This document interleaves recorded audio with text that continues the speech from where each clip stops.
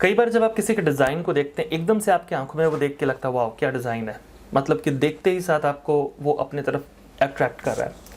तो अगर आप एक अच्छा डिज़ाइनर बनना चाहते हैं, एक प्रोफेशनल डिज़ाइनर बनना चाहते हैं, तो डिज़ाइन के कुछ फंडामेंटल चीज़ें हैं, कुछ क्वेश्चंस हैं जो आपको समझनी पड़ेगी, उसके आंसर को भी समझना पड़ेगा।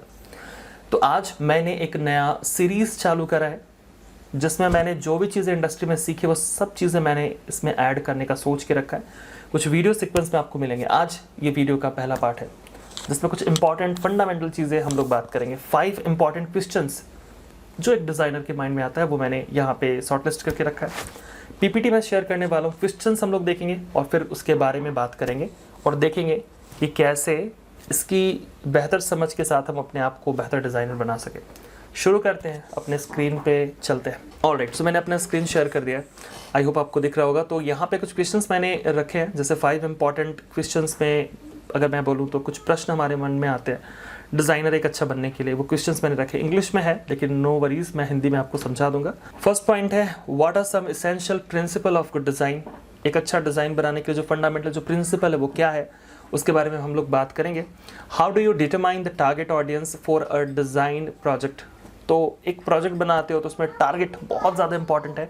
तो आपको जो डिज़ाइन में आपको जो ऑडियंस है उसको लेके आपका क्या थॉट है, उसके बारे में आप क्या सोचते हो, वो सब चीज़ें हम इसमें बात करेंगे। थर्ड पॉइंट है, what are some common mistakes designer make and how they can be avoided. कौन से छोटे छोटे मिस्टेक्स है, कॉमन मिस्टेक्स है जो एक डिज़ाइनर करता है और कैसे उसे अवॉइड किया जा सकता है। फोर्थ पॉइंट है, what role does colour play in design and how can it be used effectively. तो आपके डिज़ाइन में कलर कितना इंपॉर्टेंट है और कैसे हम इसे इस्तेमाल करेंगे इफेक्टिवली। फिफ्थ पॉइंट है, how can design thinking be applied to problem solving and innovations. तो जब भी हम डिज़ाइन बनाते हैं तो डिज़ाइन में हमारे माइंड में एक चीज़ हमेशा होता है, ये चीज़ कि हम किसी के प्रॉब्लम को सॉल्व कर रहे हैं, इसके बारे में हमेशा बात की जाती है। तो इसके बारे में भी कुछ हम लोग बात करेंगे आज के इस वीडियो में। तो 5 इंपॉर्टेंट पॉइंट ये सारे हैं जिसके बारे में हम लोग कुछ डिस्कशन करेंगे। अगर आपके माइंड में कोई और भी नए क्वेश्चन आते हैं तो नीचे कमेंट करके मुझे बताइएगा।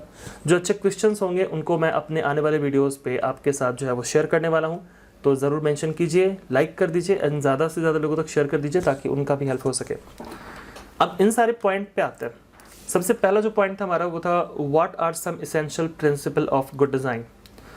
तो एक अच्छे डिज़ाइन बनाने के लिए जो फंडामेंटल जो प्रिंसिपल है वो क्या है।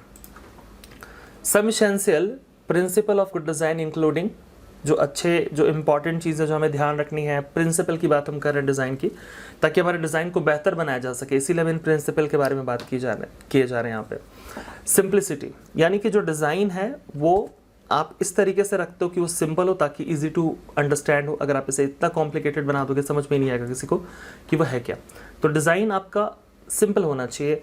कंसिस्टेंसी क्या होता है कि जब भी किसी डिज़ाइन में देखते हो तो आप उसके कलर, उसके अप्रोच, उसका डिज़ाइन, उसके थीम को देखते हो तो वो कंसिस्टेंट होता है, वो बार बार आप चीज़ें रिपीट करते हुए देखते हो तो आपके माइंड में साइकोलॉजिकली वो चीज़ें कहीं ना कहीं हिट होती है। विद इन अ सेकेंड आप देख के तुरंत पता चल जाएगा आपको कि वो किसके बारे में बात की जा रही है। अब एग्जाम्पल के तौर पे जैसे मान लो मारुति का कार है, आपको देख के ही पता चल जाएगा क्योंकि मारुति का अपना एक अलग तरह का कार का एक मॉडल है जो उसका अपना पैटर्न है वो हमेशा फॉलो करता है। तो इसी तरीके से किसी भी डिज़ाइन को जब आप बनाते हो, किसी ब्रांड के लिए बनाते हो, आप इसके लिए रिसर्च करने के लिए इंस्टाग्राम वगैरह पे जाके किसी कंपनी के प्रोफाइल को देखिए और जाके उसके कंटेंट डिज़ाइंस को देखिए, उसमें कुछ कॉमन चीज़ आपको हमेशा देखने को मिलेगी। रीडेबिलिटी का मतलब यह है कि आप जिस चीज़ को बना रहे हो आप अपने कस्टमर को कम्युनिकेट करने के लिए बना रहे हो, उन तक अपने चीज़ों को पहुंचाने के लिए बना रहे हो। तो अगर वो रीडेबल नहीं है, हो सकता है कि उसका जो फॉन्ट का जो साइज़ है वो सही नहीं है, या फिर जो एनिमेशन है वो बहुत ज़्यादा फास्ट है, ऐसे बहुत सारी चीज़ें हो सकती है जिससे आपका कंटेंट तो अच्छा बट वो रीडेबल नहीं है, लोग पढ़ नहीं पा रहे हैं कि क्या आ रहा है क्या जा रहा है। इसके बाद है कि विजुअल हायरार्की भी काफ़ी ज़्यादा इंपॉर्टेंट है। आपके डिज़ाइन में बहुत सारे इंपॉर्टेंट पॉइंट्स हो सकते हैं। आप अपने कस्टमर को पहले क्या बताना चाहते हो, आप चाहते हो कि आपका कस्टमर पहले इस टेक्स्ट को पढ़े तो उसे आप बोल्ड कर सकते हो, उसके साइज़ को थोड़ा बड़ा कर सकते हो ताकि बाकी सबसे वो थोड़ा अलग लगे। फिर सेकंड, किस चीज़ पे आप किसी प्रोडक्ट या डिज़ाइन या मॉकअप पे अटेंशन पाना चाहते हो तो उसका प्रेजेंटेशन कैसे आप करो। ऐसे बहुत सारी विजुअल हायरार्की हम बनाते हैं जो हमारे डिज़ाइन में अपने कस्टमर को टारगेट करके जब हम बनाते हैं तो उसके बेसिस पे हम उसे ड्राइव करते हैं कि आपको जाना कहाँ, पहले क्या देखो फिर क्या देखो फिर क्या देखो। तो विजुअल हायरार्की बहुत ज़्यादा ज़रूरी है। अगर ये नहीं होगा तो आपका जो कस्टमर है विद इन अ सेकंड आपके डिज़ाइन से डिस्ट्रैक्ट हो जाएगा, वो किसी और चीज़ को देखेगा। तो ये इंपॉर्टेंट है। जिससे क्या होता है कि आपका जो डिज़ाइन है वो सिंपल, क्लीन, अच्छा लगेगा, रीडेबल है और वो चीज़ों को अच्छे से एक्सप्रेस भी कर पा रहा है। उसका जो विजुअल जो अपीलिंग है वो भी अच्छा है और वो समझ में भी आ रहा है। तो ये चीज़ें आपको ध्यान रखनी है डिज़ाइन का फंडामेंटल प्रिंसिपल, एक इसेंशियल प्रिंसिपल हम इसे कह सकते हैं। सेकेंड जो पॉइंट है, how do you determine the target audience for a design project. देखिए, जब भी आप डिज़ाइन बनाते हो इसका मतलब है कि आप डिज़ाइन किसी ब्रांड के प्रोडक्ट को या उसके सर्विसेज को प्रमोट करने के लिए कंटेंट को रेडी कर रहे हो, या किसी इन्फॉर्मेशन को शेयर करने के लिए अपने टारगेट ऑडियंस को आप टारगेट कर रहे हो। तो आप जब भी कुछ बनाते हो तो आपके सामने एक होता है, वो है आपका कस्टमर, उसको टारगेट करके सब चीज़ें बनाते हो। To determine the target audience for a design project consider factors such as, इसमें कुछ चीज़ें हैं जो आपको ध्यान रखनी पड़ेगी। कौन कौन सी चीज़ें हैं उसके बारे में बात करेंगे। वो है आपका age, gender, occupation, interest, lifestyle. अब एज का मतलब ये हो गया कि सपोज आप एक ओल्ड एज पर्सन के लिए कंटेंट को बना रहे हो तो उसके कंफर्टेबिलिटी किस चीज़ के साथ है, वो किस चीज़ को देख के समझ पा रहा, कौन सा उसका कलर का टेस्ट है, कौन सा कलर उसे पसंद आता है, किस तरह की चीज़ें उसके इंटरेस्ट के बेस पे होती है। अब बच्चे को चीज़ें अलग पसंद आती है, ओल्ड एज के पर्सन को चीज़ें अलग तरह की पसंद आती है, तो आपको थोड़ा रिसर्च करके उस चीज़ पे काम करना होता है। और दूसरी चीज़ होती है एज हो गया, जेंडर हो गया, मेल है कि फीमेल है, फीमेल का इंटरेस्ट, एरिया ऑफ इंटरेस्ट अलग तरह का होता है, उन्हें अलग तरह की चीज़ें पसंद आती। एग्जाम्पल के तौर पे कलर पसंद आ रहा है तो एक अलग तरह का उनका अपना टेस्ट है, तो आपको वो चीज़ें ध्यान रखनी है।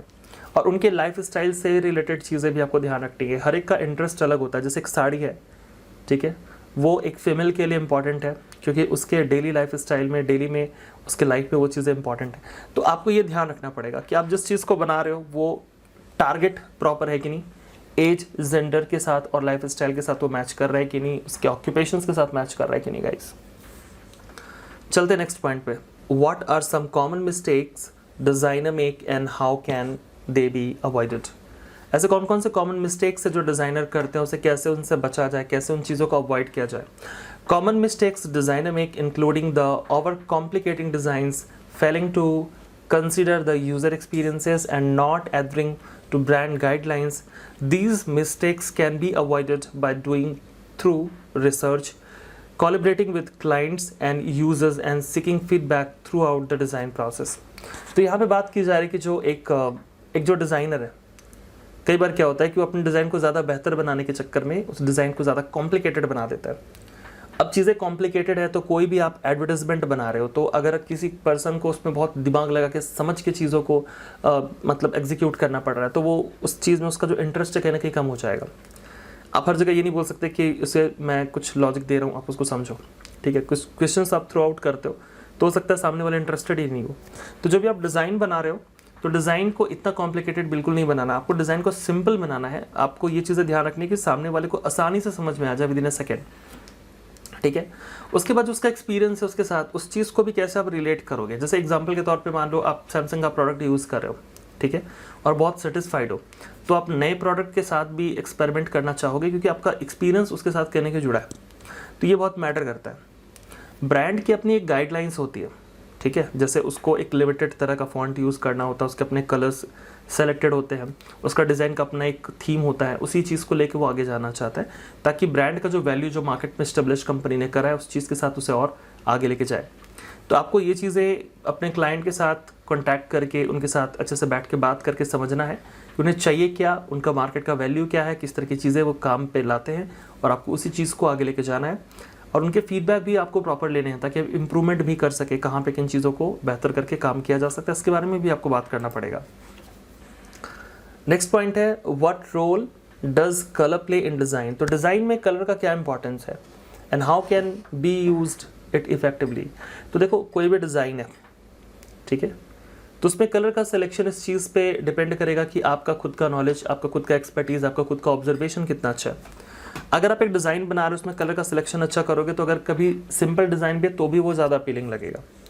इसके साथ कुछ और भी चीज़ें, जैसे कलर किसी इमोशन को रिप्रेजेंट करता है, इमोशंस। जैसे कि अगर हम किसी थीम को बना रहे हैं, अगर वो फीमेल का है तो हमें कलर का सिलेक्शन उसी तरीके से करना पड़ेगा। Colour can evoke emotions and influence how people perceive a design, ठीक है। It can be used effectively by considering the colour theory, using contrast to highlight important elements and ensuring that the colors are consistent with the brand guidelines। तो सबसे पहले तो समझो कि ऐसा नहीं है कि कोई भी कंपनी है तो कुछ भी कलर इस्तेमाल करेगी, उसका अपना एक गाइडलाइन कंपनी प्रोवाइड करती है। जैसे उसका अपना एक लोगो है, ठीक, एग्जांपल के तौर पे, तो उसके वेबसाइट में जाओगे with in a second you can very much clear कि ये उस कंपनी का ओरिजिनल वेबसाइट है, क्योंकि उसके कलर की जो थीम्स वो रेपुटेशन में आपने देखा है, लोगों में जो कलर है वही कंपनी ने वेबसाइट पे भी सब जगह पे इस्तेमाल किया। तो उसके गाइडलाइंस को समझो, उसके इमोशंस को समझो, उसके डिज़ाइन को और बेहतर बनाने के लिए आप कुछ और चीज़ें सीख सकते हो, जैसे कलर थ्योरी, कलर के फंडामेंटल्स को जब आप जानोगे, वार्म कलर, कूल कलर क्या होता है, कॉम्प्लीमेंट्री कलर क्या होता है, ठीक है, कलर के फंडामेंटल्स जितना ज़्यादा आप अच्छे से जानोगे उतना अच्छे से आप इस्तेमाल कर पाओगे। तो ये चीज़ काफ़ी इंपॉर्टेंट है आपके डिज़ाइन को और बेहतर बनाने के लिए। नेक्स्ट है how can design thinking be applied to problem solving and innovation. देखो डिज़ाइनर का काम ही होता है डिज़ाइन बनाना, और डिज़ाइन का काम होता है, जो डिज़ाइनर बनाता है उसका काम होता है लोगों के साथ कम्युनिकेट करना। तो कंपनी अपने सेल्स को बढ़ाने के लिए अपने प्रोडक्ट को लॉन्च करती है। अब अगर यहाँ पे मार्केटिंग टीम अच्छे से काम करना चाहते हो तो उन्हें डिज़ाइन की ज़रूरत पड़ेगी कम्युनिकेट करने के लिए, लोगों को और बेहतर तरीके से समझाने के लिए। तो आपका जो डिज़ाइन है वो किस तरह के प्रॉब्लम को सॉल्व कर रहा है, ये बड़ा ज़रूरी है समझना। तो design thinking is a problem solving approach that emphasise empathy, ideation, prototyping and testing, and it can be applied to various fields including business, education and social issues।